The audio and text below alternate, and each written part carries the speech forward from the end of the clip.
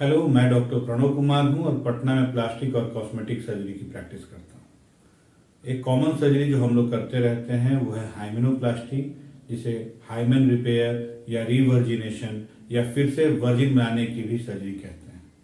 ये एक ऐसी प्लास्टिक सर्जरी है जिसमें कि हाइमेन की जो मेम्ब्रेन होती है, जो कि अगर किसी तरह जब सेक्सुअल इंटरकोर्स होता है या कई बार ट्रॉमा यानी चोट लगने की वजह से भी वो डैमेज हो सकता है, तो उस हाइमेन को हम लोग रिपेयर कर सकते हैं प्लास्टिक सर्जरी के थ्रू। तो इसको कब करवाना चाहिए?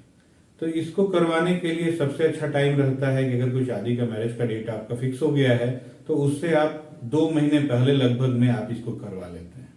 अगर पूछें कि लगभग सबसे अगर लेट हो जाए तो कितना, तो हम लोग का जवाब रहता है कि 15 से 20 दिन पहले करवा सकते हैं, उसके बाद इसको बिल्कुल भी नहीं करवा, क्योंकि उसके बाद जो आपका नेक्स्ट पार्टनर रहेगा हो सकता है कि वो जज कर ले कि आपकी किस तरह की प्लास्टिक सर्जरी हुई है, तो वो अच्छा नहीं रहता है।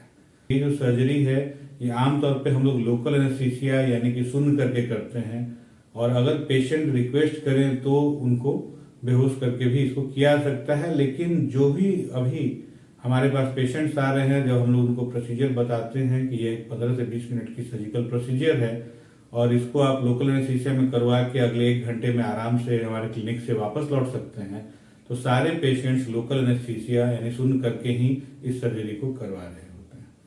कि इसमें क्या खर्च आता है, तो अगर लोकल एनेस्थीसिया में हम लोग इसे कर रहे हैं तो पटना में हम लोग इसे 25,000 रुपये लेते हैं, जिसमें कि सारा सर्जिकल और जो भी इसमें सूचर्स लगते हैं वो सारा इसमें इन्वॉल्व रहता है।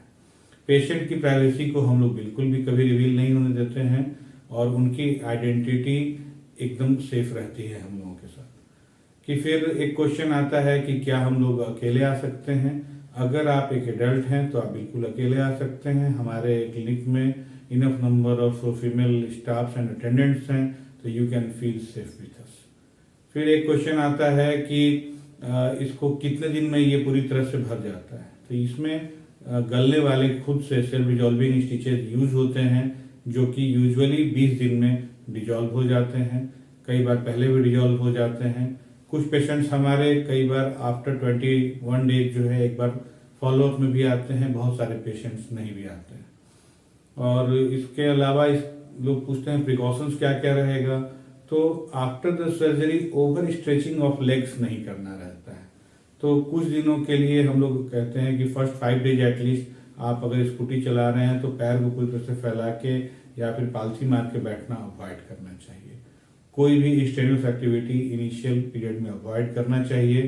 फिर कोई अगर आप जिम या एक्सरसाइज करते हैं तो जैसा मैंने बताया कि 2 महीने पहले आप करा रहे हैं, तो आप उसको अवॉइड करेंगे तो वो आपके लिए फेवरेबल रहता है। तो फर्स्ट 10 डेज रहता है आफ्टर द सर्जरी, इसमें पेन किलर्स और एंटीबायोटिक्स हम लोग एडवाइस करते हैं।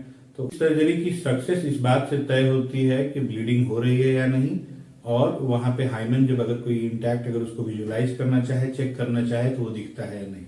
जब हम लोग इस सर्जरी को करते हैं और वो स्टिचेज अपनी जगह गल जाते हैं, तो एक वर्जिन जो फीमेल होती हैं उसकी तरह से हाइमेन वहां पे रहता है, और उसमें एक छोटा सा ओपनिंग हम लोग छोड़ते हैं ताकि वो एक नॉर्मल अपीयरेंस क्रिएट रहे। तो वो देखने पे या फिर after during the sex also आपको वहां पे ब्लीडिंग होने की पॉसिबिलिटी ऑलमोस्ट 100% ही रहती है, अगर सब चीजें ठीक से रहें तो। और कई बार पेशेंट्स ये भी सवाल एक पूछते हैं कि कैसे हम लोग वहां से लौट सकते हैं आफ्टर सर्जरी। तो आप कंफर्टेबली किसी भी चीज से, ऑटो, टैक्सी, ट्रेन, बस कुछ भी यूज करके आप अपने घर लौट सकते हैं। जो भी क्वेरीज हैं आप जरूर हमें भेजें, हम लोग कोशिश करेंगे उसका जवाब देने के लिए। Thank you so much. Like and subscribe us for more videos. Thank you so much.